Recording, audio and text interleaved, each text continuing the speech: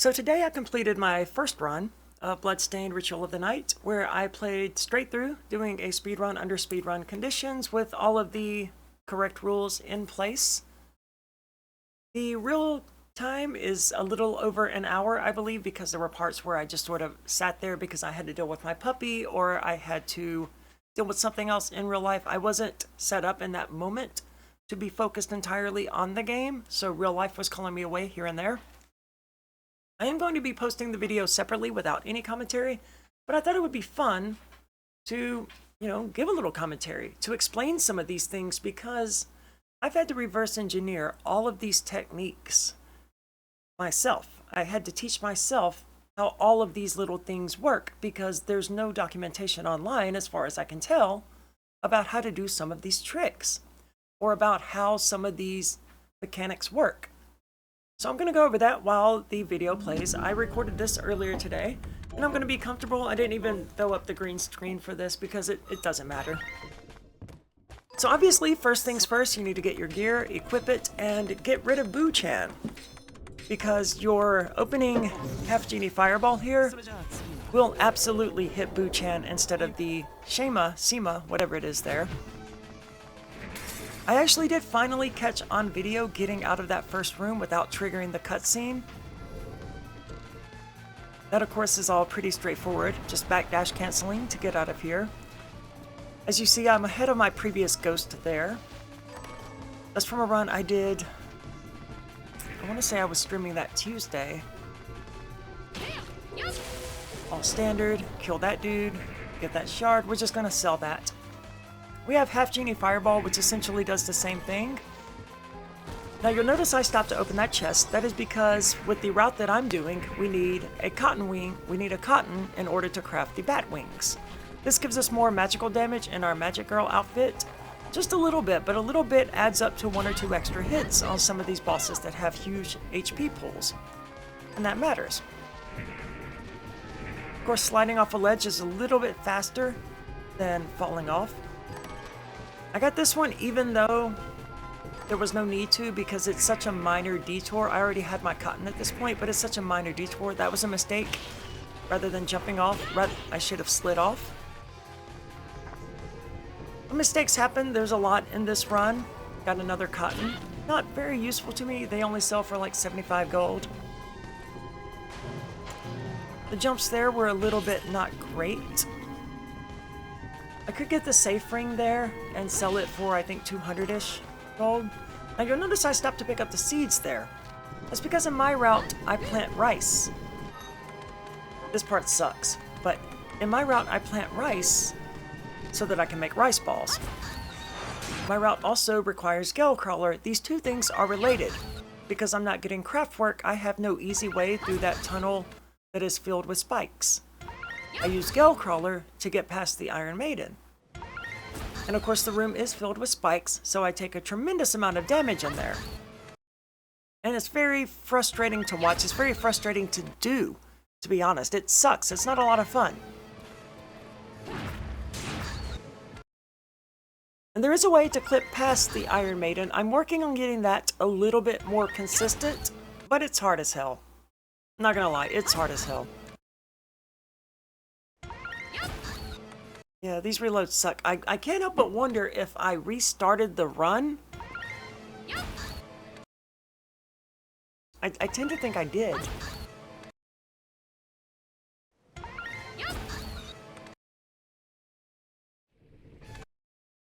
That happens several times where I try to reload a previous save and I accidentally reload a much older save. I just don't remember. I'm starting to think that I did, in fact, get so sick of this that I restarted. Not that that changes anything, that just forces me to do the first 2 minutes again. But sometimes it makes me feel better. Trying to get Gale Crawler. It's got a 4% drop rate, right? And you do have 10 luck from the Succubus outfit that you have equipped, so you do have 10 luck going on from that. But overall, it sucks. It's a 4% drop rate. Sorry about that. It's a 4% drop rate, and you absolutely need it. It's not optional. God, this sucks though. Ah, yes, finally. And I did almost fall into that trap of resetting even though I had what I needed. Luckily, I caught myself just in time. So what did that cost? Several minutes? 3 minutes, I think. And then it's just standing there and just wailing on her with the scythe. Easy enough. There's no benefit to backdash canceling there. You don't get out of there any faster by doing so. And that's the first of the major RNG gates in this run, is Gale-Crawler. It is necessary since we're skipping craft work. Most of the time I hit that rat. This particular time I missed it. The next major RNG gate is that we need 3 oaks, and we need the Welcome Company shard. The 3 oaks are significantly easier than you would think to get because the chests that drop them have a 25% chance of dropping 1, and the rooms in which they appear, one of them is very easy to reload, and we happen to visit that particular room twice. In addition, we have to kill 7 poltergeists that are just on the route. We don't have to kill all of them, but we have to... It's not a big deal to kill 4 of them. And that gives us additional chances at getting the Welcome Company shard, in addition to getting the oaks that we need. All of this is pretty straightforward. Just backdash canceling, moving around, killing things that are in the way. That sells for 275 gold, so you don't want to pass it up. We're not going to be using it, but it sells for quite a bit of gold, so there's no reason to pass it up.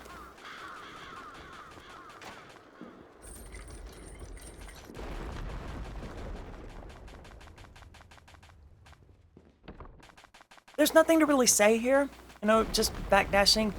Obviously, I'm not playing this right this minute. I pre-recorded this run earlier this afternoon. I still have not figured out a wonderful way through this room or the room with the stupid little dog in it. I usually get through the room more elegantly than I did on this particular run. Like, this particular run is kind of not good.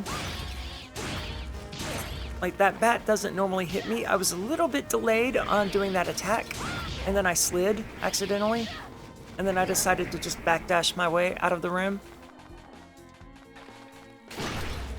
Not the cleanest journey through that room that I've ever made.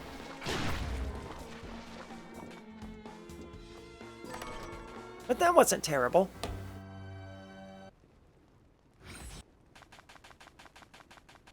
The scythe is a really cool weapon because you don't actually have to turn to hit enemies. Like, I missed that one, and that sucks. Also, this new controller that I'm using, it's surprisingly easy to accidentally pause it. I always hope that an obsidian drops from that guy, because obsidian can be combined with gunpowder to make 9 AP rounds. And that increases your damage just a little bit against the Abyssal Guardian. Now this is hard as hell. It's not a big deal if you start it early, it just requires you to use more ethers. But chaining these flashing air kicks to make it over this pit, that took me so much practice, hours and hours and hours of practicing just that. I would come home from work, grab my controller, spend 2 hours practicing. Night after night after night. Finally, I got up to about 1 in 5, and slowly, I just started resuming runs, and eventually I got up to where, like, I know when I reach that part of the run, I'm gonna make the skip. But it took, I would say, 15 hours of practice. And that's no exaggeration, right? I've got 300 hours in this game. Probably 30 hours, if not more, are just on the Buchan climb. Now here, you'll see what we're doing is reloading this room to get this treasure chest. That is what we needed. We needed an oak. It would have been nice if we had also gotten a hemp and steel so that we could sell those things. But the oak is the only thing that was actually necessary.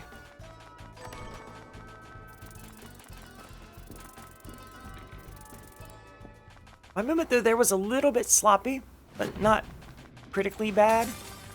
I think I screwed up here if I remember right.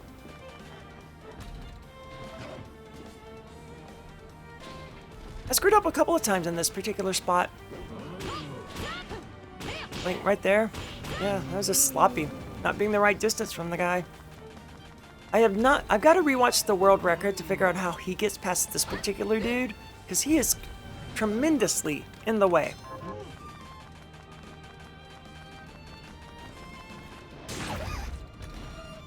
Trying for another oak. Like previously, this one is important. We can't count on Poltergeist dropping it, because they only have a 10% drop rate of it. Like, as you see, I am just screwing up here repeatedly. Anyway, Poltergeist only have a 10% chance to drop oak, which isn't terrible. But the chests have a 25% chance, so if we're going to farm for oak, it makes the most sense to do it from the chests. But if we need welcome company, obviously we have to go to the Poltergeists. And here we're just, you know, pressing start through the cutscene. I'm gonna hit my vape.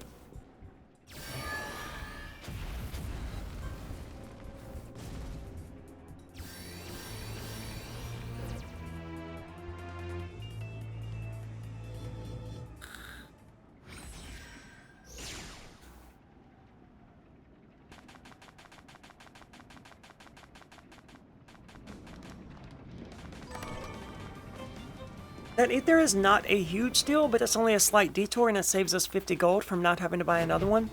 Getting through here is annoying because that little thunder elemental really likes to come over and smack you. And getting through here is annoying because you have to stop and do that, but that seems to be the most efficient way through here because then you flashing air kick over here, backdash cancel to jump, and then you do the same thing up here to get across this way. You actually only need one flashing air kick to get across that one, but I went for the second one just because it's a little less stressful, because you have a little more horizontal distance to work with. This is another room that I need to watch the world record and pay attention in, because I have yet to discover a really good way through that room or through this room.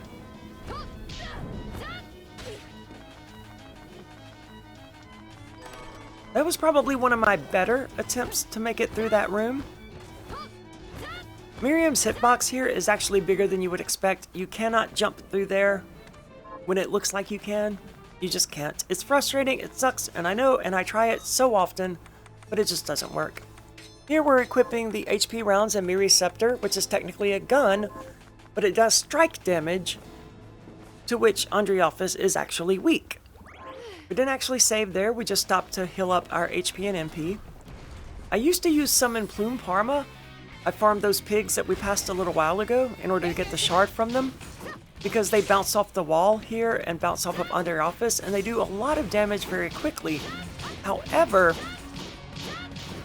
they are not at all needed. I mean, look at the damage I'm doing to this guy, just from Miri's Scepter.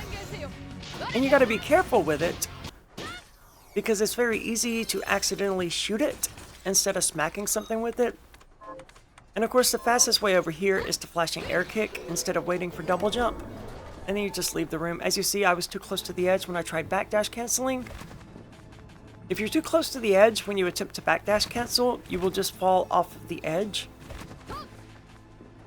And sometimes when you're jumping like that, when you're ascending through a platform, a series of platforms, it's very weird. You can like for a fraction of a frame land on a platform or have your feet touch a platform at the right positioning, and your next jump will not be a double jump, but a first jump. And here I forgot for a moment that I needed to get this HP up. Not actually necessary, but good to get.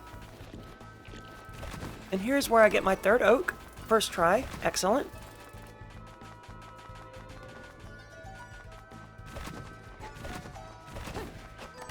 I hate those stupid monkeys so much. Now we're immediately equipping the moon belt and waystoning back to the village where we're going to go and get our rice.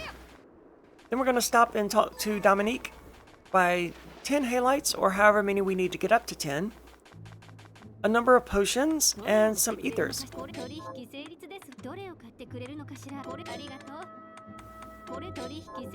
Now the most potions I'll be able to craft is 3. So I usually take it to the maximum of potions that I can buy and then reduce it by 3. That's how I determine how many potions to buy. And there I had screwed up and only bought 9 halites because I didn't give myself enough money. Yeah, just tiny little mistakes like that. All throughout the run.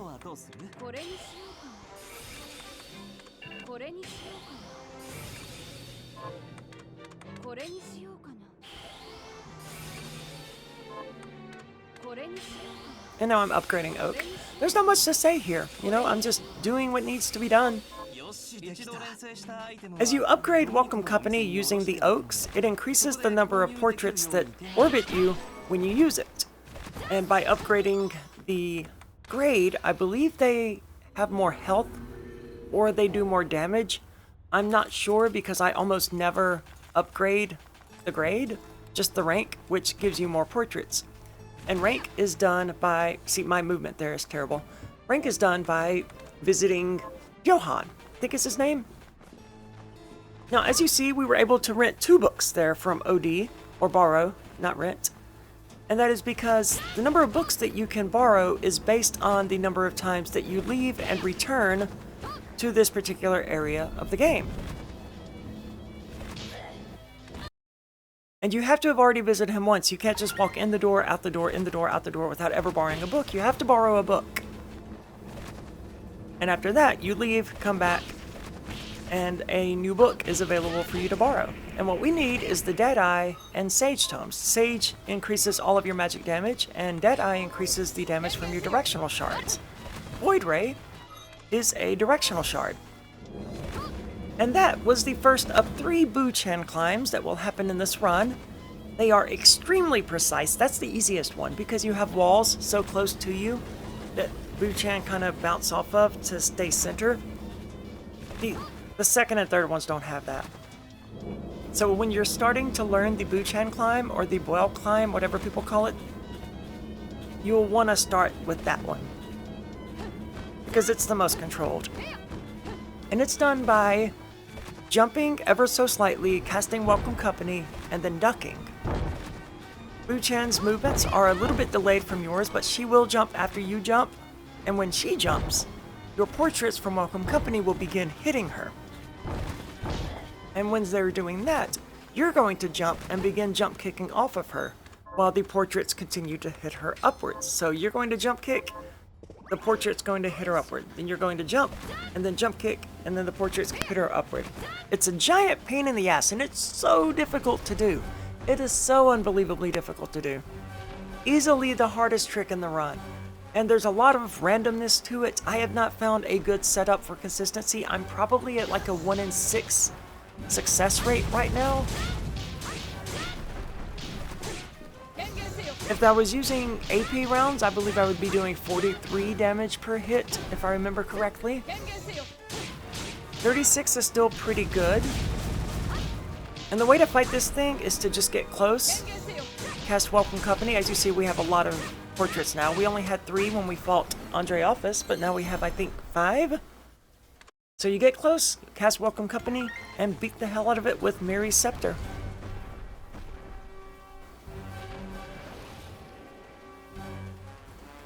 The Abyssal Guardian has a number of attacks, some of which are more telegraphed than others, so you gotta get really good at backdash canceling.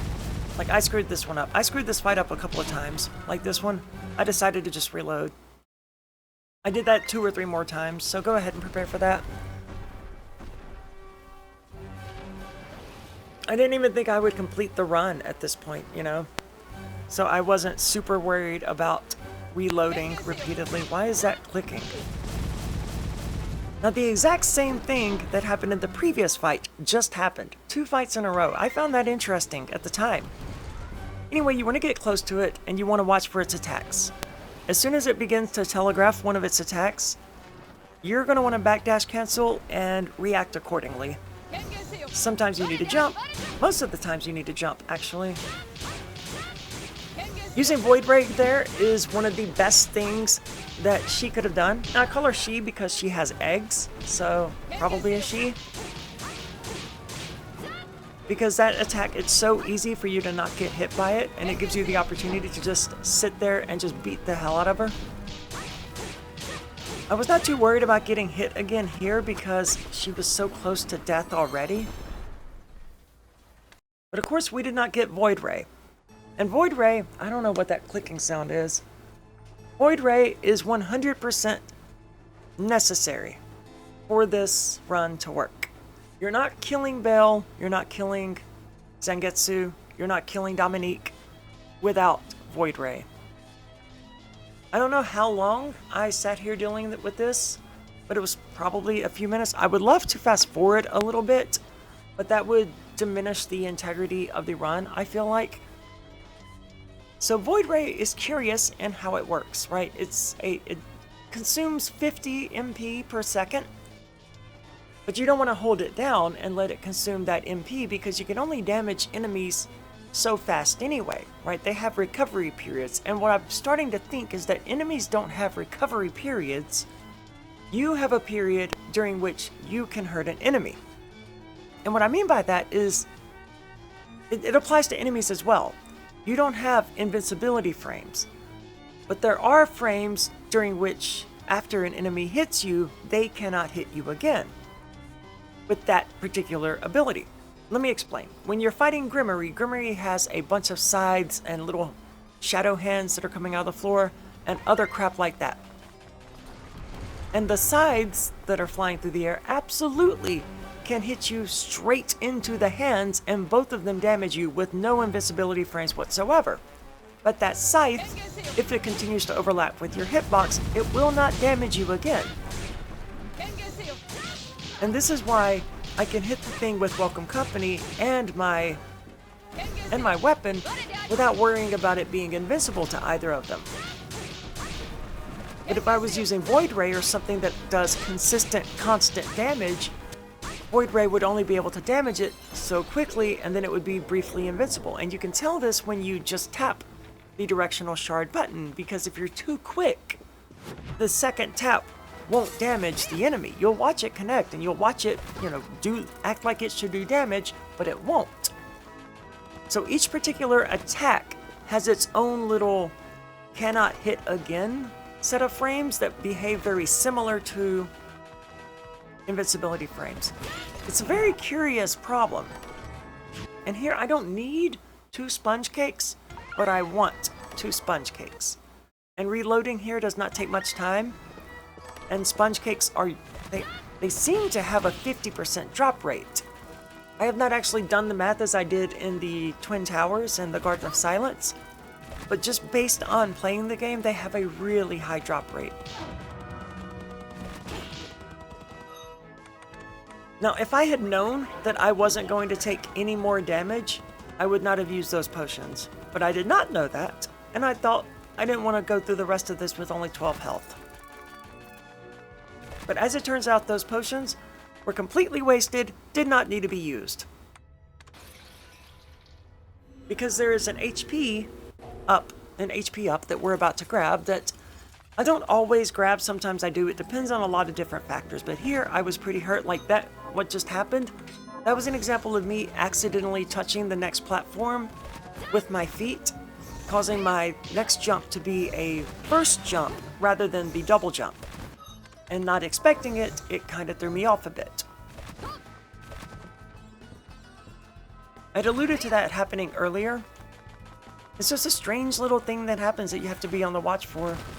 Oh, here I opted not to get the HP up. That's curious. Why? I mean, I don't have to worry about Zangetsu hitting me, but I was sure that I opted for it in this run. Curious.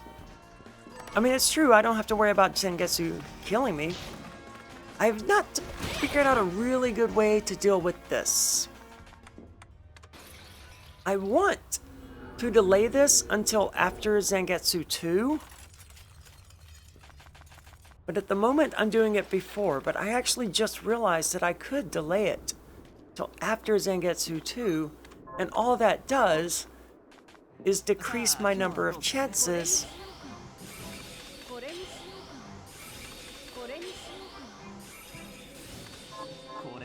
at the Buchan climb. Oh, sorry, I was thinking. Because I don't really need a lot of healing. I just need a lot of mana.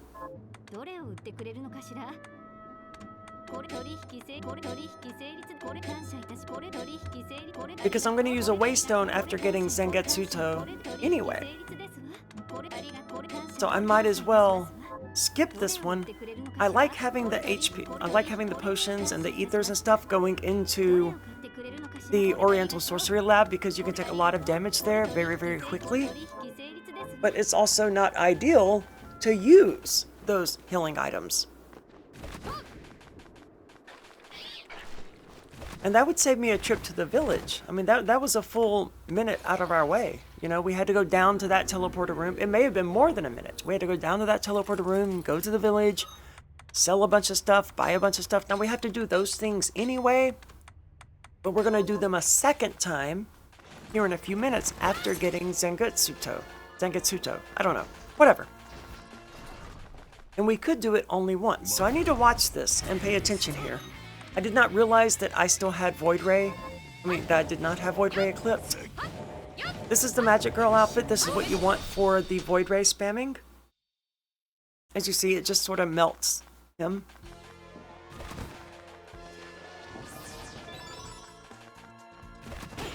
Movement through this room is a lot of fun. This was not my best, but it was okay. But I need to pay attention here to see how many resources I actually use, because I think I could drop that particular visit to the village. I only go there because I need to get high ethers and high potions.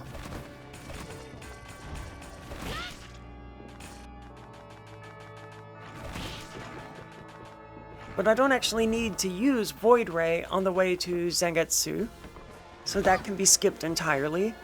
The only place, and there's a save point right outside of his room to allow me to recover HP and MP. The only place where I use MP that is necessary is the Buchan climb that is about to happen. So it's really all about the health.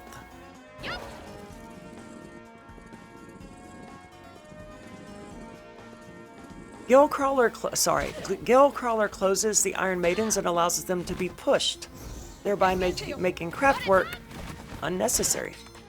That's the first part of the Buchan climb, and it's super easy. This hallway is weird because if you jump at exactly the right time, for whatever reason, the spikes there will throw you up rather than backwards. Like, see, when they throw me backwards, I waste time running back. But when they throw me upwards, I can just fall and resume pushing. However, the timing of it is very tricky, and I have not mastered it.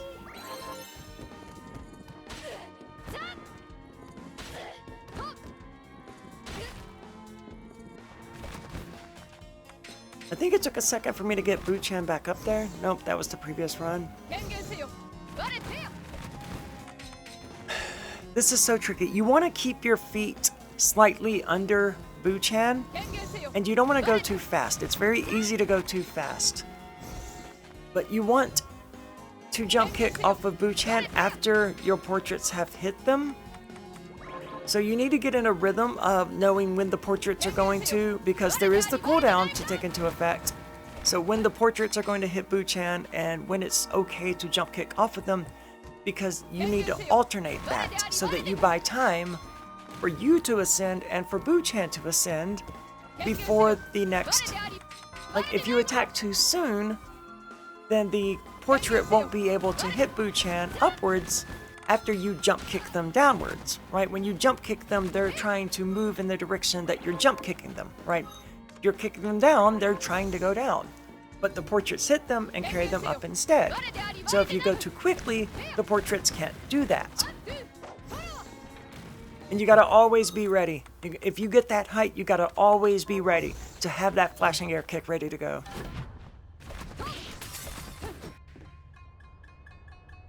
I wish I could be more helpful than that.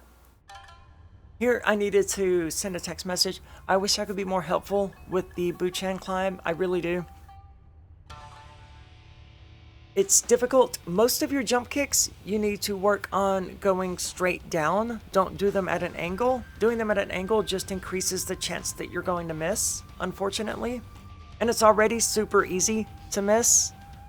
And when you do that, you go flying down and you land in the spikes and it's this whole thing. It sucks. And it's unavoidable. It's gonna happen. I've got dozens of hours, thousands of attempts, perhaps tens of thousands of attempts on the Buchan climb at this point. What you just saw, that represents dozens of hours of practice. I don't know how many dozens of hours of practice it actually is. I used a counter one day where I was like, I'm going to dedicate this entire day to just practicing this until I get it right. I ended up with 600 failures in a row. That's not an exaggeration. I ended up using a cheating tool to get myself infinite mana so that I didn't have to reload the room and come back there every single time. And it was a nightmare. Those early attempts of getting up to a decent consistency, like now I'm at a point where I know if I reach that part in the run, I'm going to make it up there. The question is, how many ethers and high ethers am I going to use before I am successful? Ideally, it's very few. Like here, we didn't use a whole lot.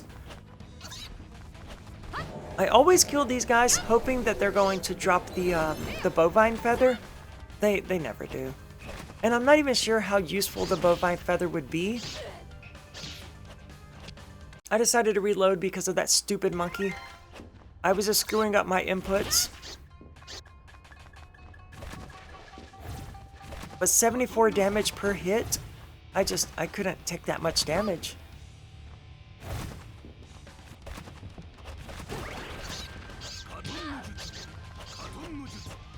He got that fire cast quickly, man. See, those monkeys, dude, they just jump around everywhere and they do so much damage when they hit you.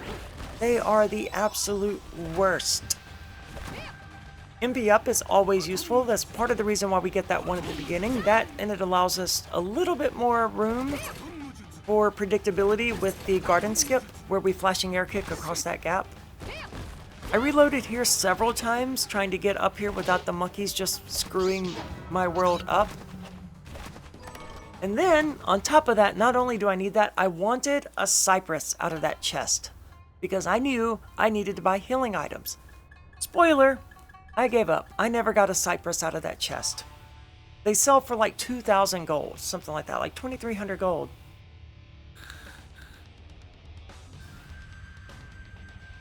That means I could trade that one cypress in for 2 high potions, or 4 high ethers, and that's tremendously helpful. There is another treasure chest that I can farm like this in order to get a cypress, and I do farm that treasure chest because it's a little bit easier. You don't have to deal with the stupid monkeys. I assume I was sending a text message here. I don't really remember. Whatever it is, it won't take very long. I guess I could talk a little bit more about the Buchan climb while we're waiting, because there's not much documentation about that.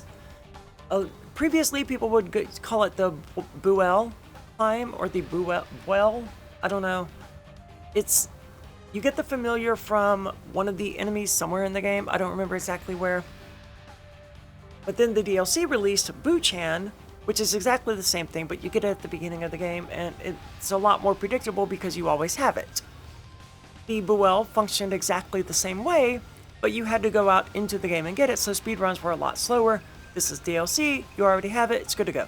DLC costumes are totally allowed for speedruns.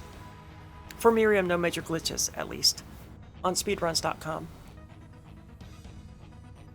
So when you get there, you will need to use Welcome Company. It's possible to do it with rank 3 Welcome Company, using only 2 oaks to upgrade it. I held up 3 fingers, but that was because I just didn't pull my thumb in. I know the difference between 2 and 3. But it's possible to do the Buchan climb with only a rank 3 Welcome Company by upgrading with only 2 oaks, because each upgrade costs an oak, and it begins at rank 1. So by upgrading with 2 oaks, it becomes rank 3, obviously. And that gets you 4 portraits to work with when you cast Welcome Company. The world record uses it that way. And I attempted it recently, expecting the timing and the strategy to be mostly similar. No, I did a run where I only got 2 oaks, and I figured I would try it and see what happens, and In 30 or 40 attempts, I did not make the climb successfully even once. So for the time being, I'm going to continue getting 3 oaks and going with Welcome Company Rank 4. These monkeys are so unbelievably annoying.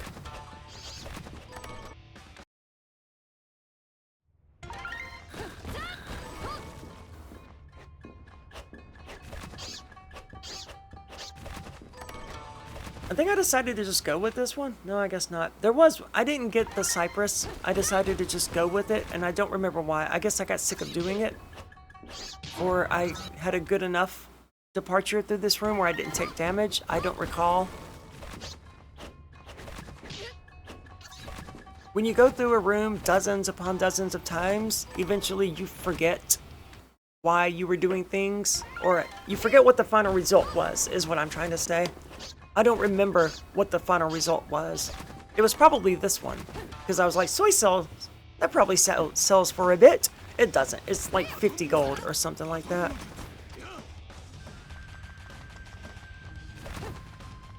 Getting through there is always kind of a relief.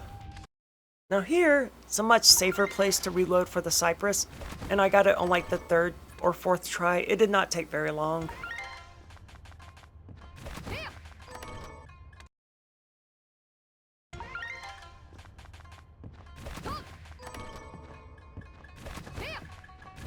Now we're just going to pop in here to heal up.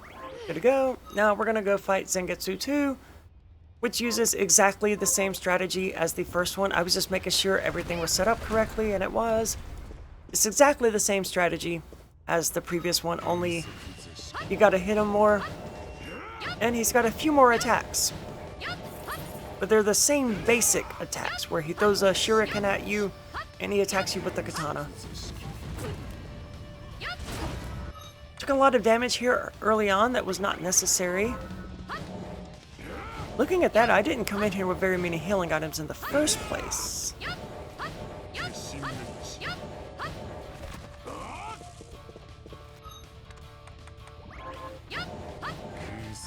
I think just coming in here with ethers would be enough.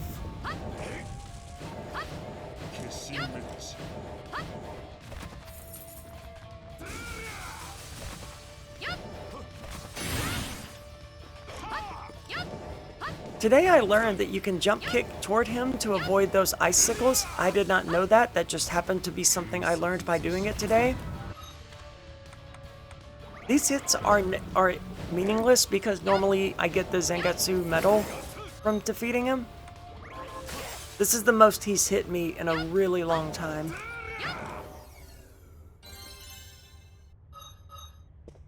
And then don't forget to go and talk to him to get the sword, because I have absolutely done that, unfortunately.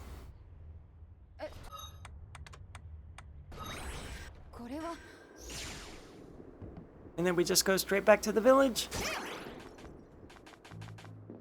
We've already crafted our high potion and high ether, so we know that we can sell them. We no longer need Gale Crawler.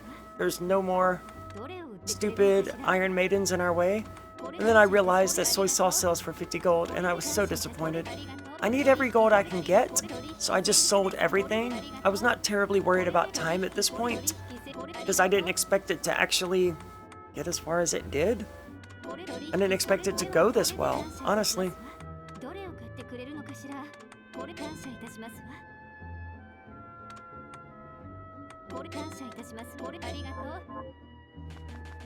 We are going to visit this place at least one more time. It might actually be 2, not completely sure. But we're getting set up here to do the rest of our fighting, basically. That is our build for magic, when we need to kill things with magic. There's only one more fight that uses melee damage, and that's Gremory. Oh my god, the Gremory fight sucks. God, Gremory sucks. She is so freaking difficult. Jeeble, on the other hand, is a cakewalk. It's so easy to kill him. It's exactly the same strategy as fighting Zangetsu. It's exactly the same strategy, except he doesn't have a katana.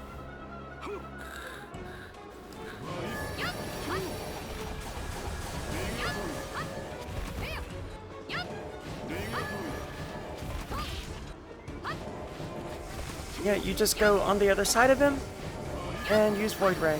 That's it.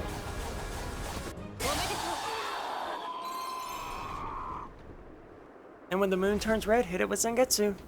Zangetsuto. Whatever. And you're good to go. Now we're off to the Behemoth's Den, but first we have to get there. It's in the Garden of Silence, obviously.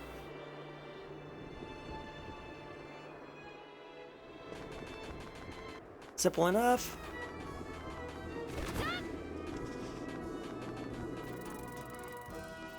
Backdash canceling with the moon belt is easily the fastest way to move around.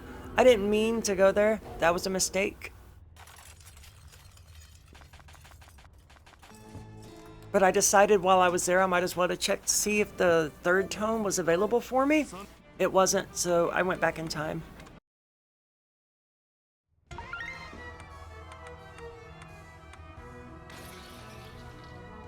Really struggled with selecting the right place there. And we're going to do exactly the same here that we did earlier. Except I tried loading Boo-chan earlier, and it didn't work out. So I had to wait on her to get there. This is... You should jump kick off of that stupid pig, but you don't. You should, but you don't. But it's surprisingly easy to consistently nail that. I thought that was going to be a much more difficult trick than it is. Turns out, it's super easy. Super consistent.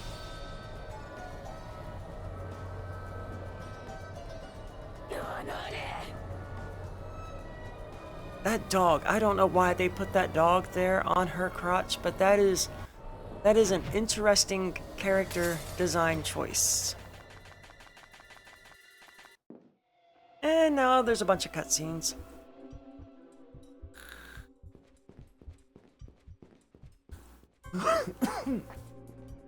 Pardon.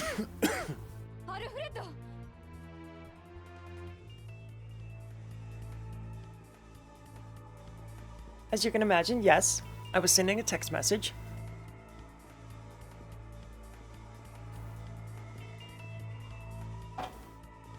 It looks like she has a Pokeball tattooed on her. I know she doesn't, but it does look that way.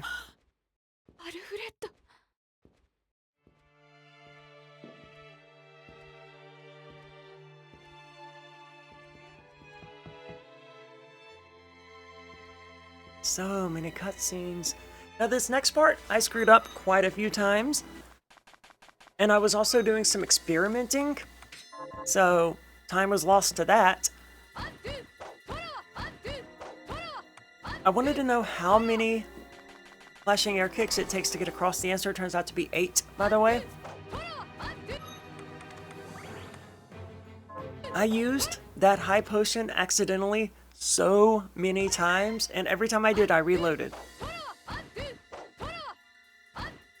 That time I just missed an input. It's so embarrassing when that happens. But it happens. That time I was too soon, having panicked after missing an input.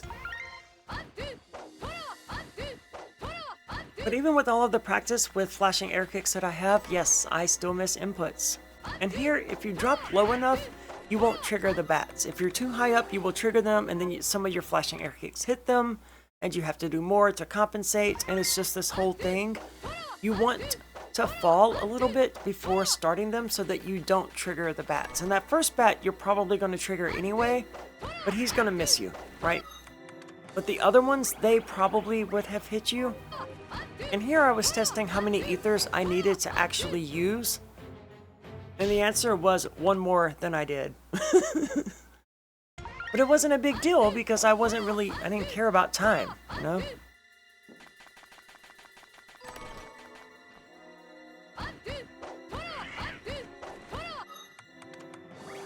And that time I used the stupid high potion again.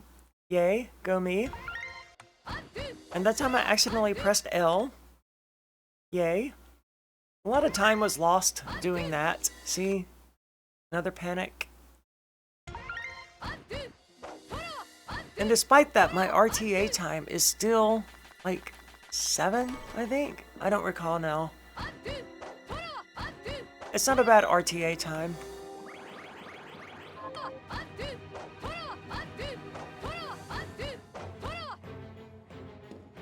And you just barely make it if you do it like that. Jump kick over the Abyssal Guardian that we fought earlier, but we don't need anything from anymore. This was a sloppy way through this room.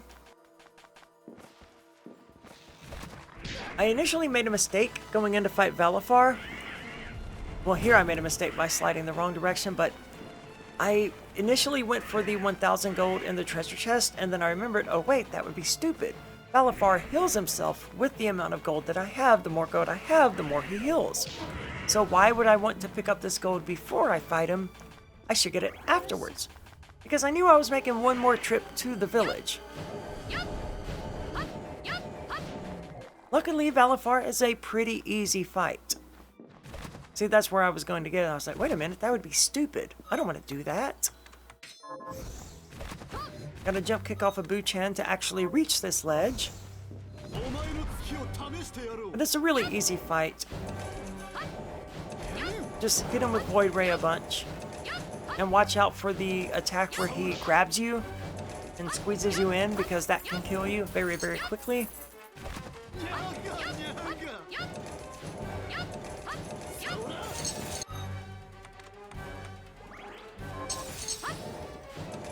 I wasn't sure if one ether was actually going to be enough. It just so happened that it was, because I wasn't counting how many hits it takes.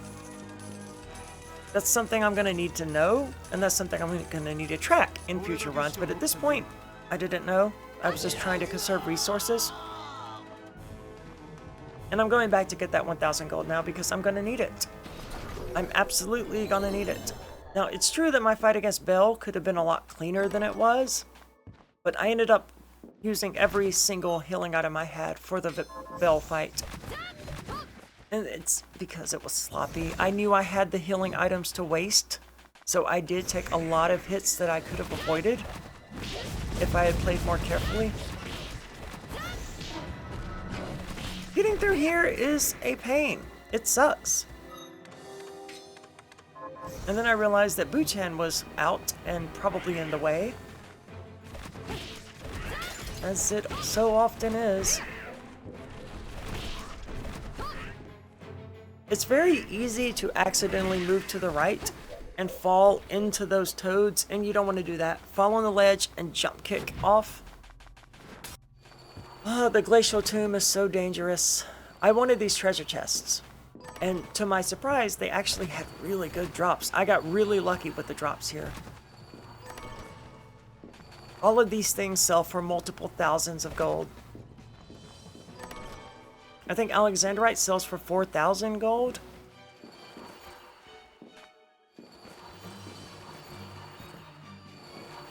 And right here, I triggered this room, and then I realized after I left, I was like, wait, I don't have any waystones. If I'm gonna ever go buy this stuff, I have to do it now and hope that it sees me through to the end.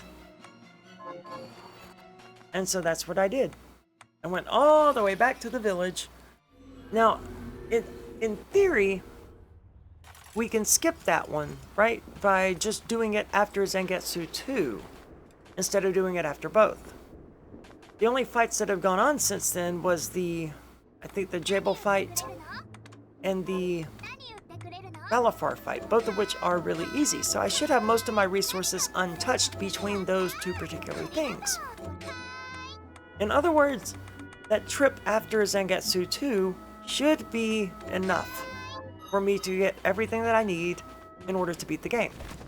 The only thing I have to do in order to make that possible is clean up the Gremory fight and the Bell fight. But the Bell fight I don't even consider to be relevant to this discussion because it was sloppy, because it could be. Right, if I didn't have those healing items, I wouldn't have played that badly. I know that.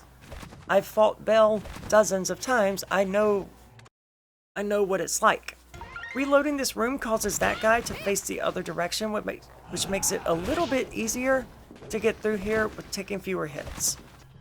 You're going to take some hits, but by making them face to the left, you're probably only going to take one. God, that dude was just so annoyingly in the way, and I didn't want to risk it, and then I freaking jump kicked into that thing. There was no point in going for that chest. I'm not going back to the village at this point. Getting these dudes out of the way is interesting. I think I have a new way of getting out of here. Again, same thing. I think I may have actually saved it, though. I don't recall. Yeah, I did. I don't think I died and reload the save, though. But I think clearly I took the time to, you know, save it. Wait, I may have died and reload the save.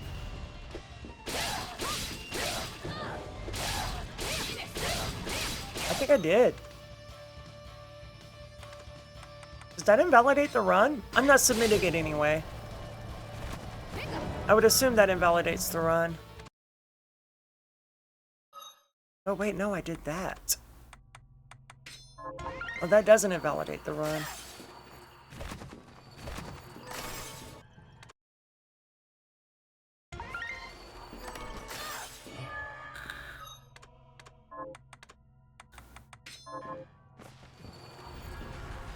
I'm not even sure if dying and reloading would invalidate it. I mean, I'm not submitting it, so it's, you know, an intellectual exercise. I hate those stupid things. They are programmed so well. Well done, Koji Igarashi. Koji didn't make the bosses. Well done, whoever did program the bosses. You did an amazing job with those. I hate them, but you did a good job with them. Every critical hit of Zangetsuto against Gremory is a critical hit. I think I said every critical hit. Every hit is a critical hit, is what I meant to say. And that attack can kill you very quickly without you realizing it. Is this the run where I beat her? I could have swore I reloaded one more time.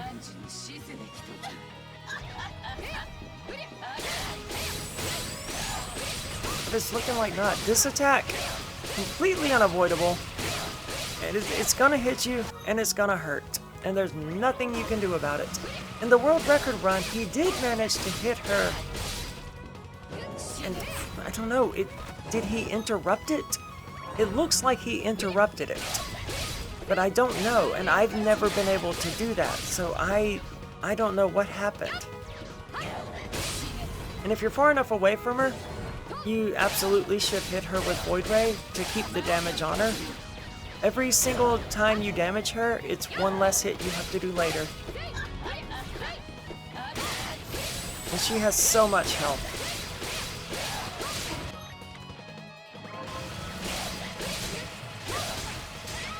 Yeah, I did die. She's such a pain to fight.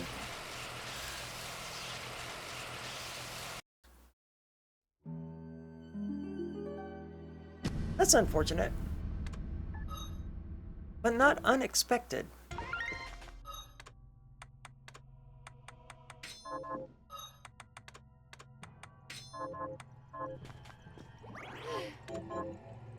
I realized if I died again, I didn't want to have to redo all of that, all of the setup, but I don't die again. I killed her on this attempt. That stupid attack, Aberrinza, I believe it's called. It is brutally painful. And it cannot be avoided. You can delay when it hits you until a better time, but it's 100% going to hit you. Unless you somehow interrupt it, like they did in the world record run. And he only interrupted it the first time. The second time, it hit him.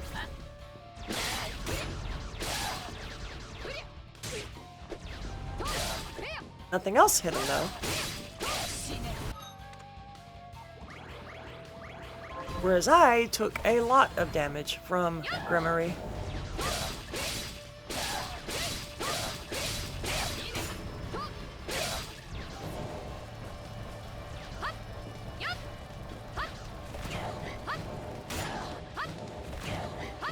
That is something else that I just learned. I can use Void Ray to destroy the sides, and it continues going and hits her. When I say I just learned it, I mean I learned it this afternoon when I was doing the run. I noticed what happened then.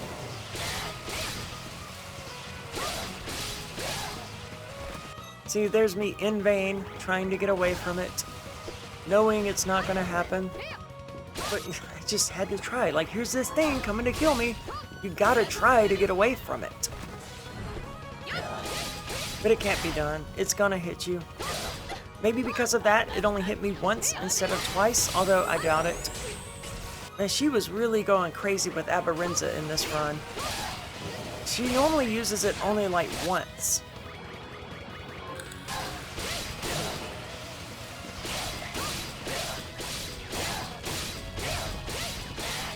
And she's got so much help.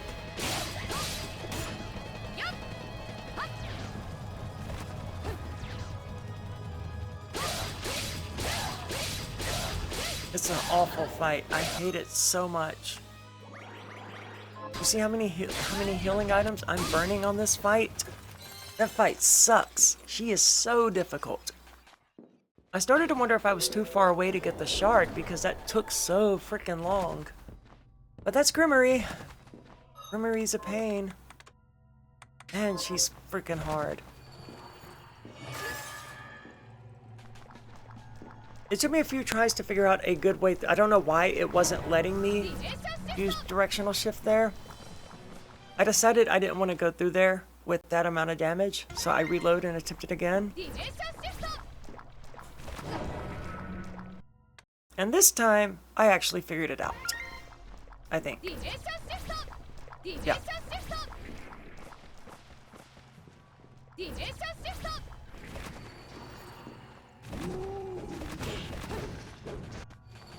Getting out of there is kind of tricky. It's very easy for that axe outsider to do damage to you. I didn't realize I was ducking, and then I was like, why am I ducking? Very annoying. There's a lot of little ledges here that when you backdash off of, they kill your momentum because you just sort of fall. There's a lot of those. This is our final attempt to save. And heal up. I figured I might as well save since I was already here. But Dominique doesn't ever beat us. Like, Dominique is a relatively easy fight. It's the same strategy as Zangetsu, actually. Stay on one side of her, hit her with Void Ray. You want to keep your distance from her, though. With Zangetsu, it doesn't really matter how close you are, as long as you can react to his katana. With her, you want to stay a fair bit away from her, because she's very, very quick. And she moves very, very quickly, and you don't want most of her attacks to hit you. She is pretty predictable, though, so you have that going for you. In a lot of cases, you don't want to over-recover when it comes to MP. Here, it doesn't matter, because any MP you have, you're taking with you into the Bell fight. Now here, I took a lot more damage against her than I usually do. Like, usually I get the medal. And this fight is just awful. This is an awful fight. I used the remainder of my healing items here. And like I said, I was playing badly. I was playing so badly. There's no excuse for how badly I was playing. But look, even with the death, we're still at 58 minutes. You can't see it. I'm blocking the playtime. Oh, yeah, that's not going to help. The playtime is 50... Sorry, the playtime is 39 minutes. I was looking at the best time. Playtime right now is 39 minutes. Not that that really matters. The RTA time is what I'm interested in right now. Anyway, as you see from the fight, it's just not going well. It's very sloppy. She is currently on the lizard head. And I just took an unnecessary hit. I took a lot of unnecessary hits.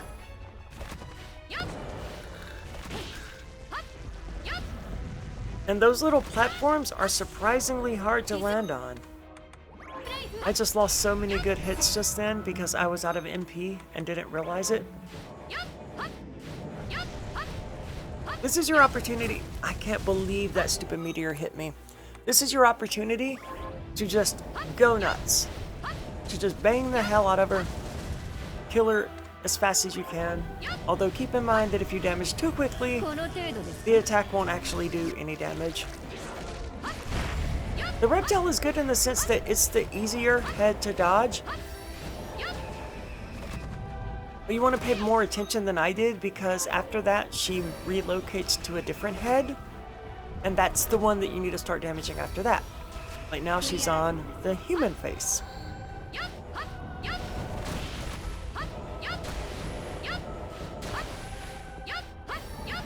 And I realized at this point that I was running low on healing items, so I started playing a little bit better than I had been.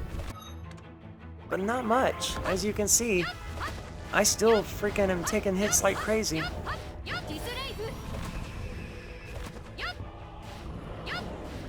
My heart was pounding at this point, though. Even though, like, there weren't any stakes except, you know, killing the guy. It's not like I was trying for a world record or even a submittable run. But there it is. Just Void Ray tapping. Let's see, what is that? 1 minute and 1 hour, 1 minute, and I didn't actually see when I did the last damage. It doesn't matter. An hour, 1 minute, 15 seconds. Let's call it that. It's not like it actually makes a difference. We're definitely ahead of number 9, which is at 1 hour, 1 minute, and 53 seconds. So regardless, 9th place run, RTA time, 9th place run, even with the death. Not bad. And even with the stopping to send text messages and stuff. But what concerns me is that 41 minutes down there. But as I watched this video, I've realized that there are actually a lot more mistakes than I thought there were. So that's good. That's something I can fix. Anyway, I hope this has been helpful to you. I'm going to put a document in the description of all of my speedrun information, all of the tactics I'm using, and why I'm doing it. Hopefully you find that helpful. Hopefully you found this video helpful. If you want to run Bloodstained Ritual of the Night, maybe this video will give you some information you didn't have before.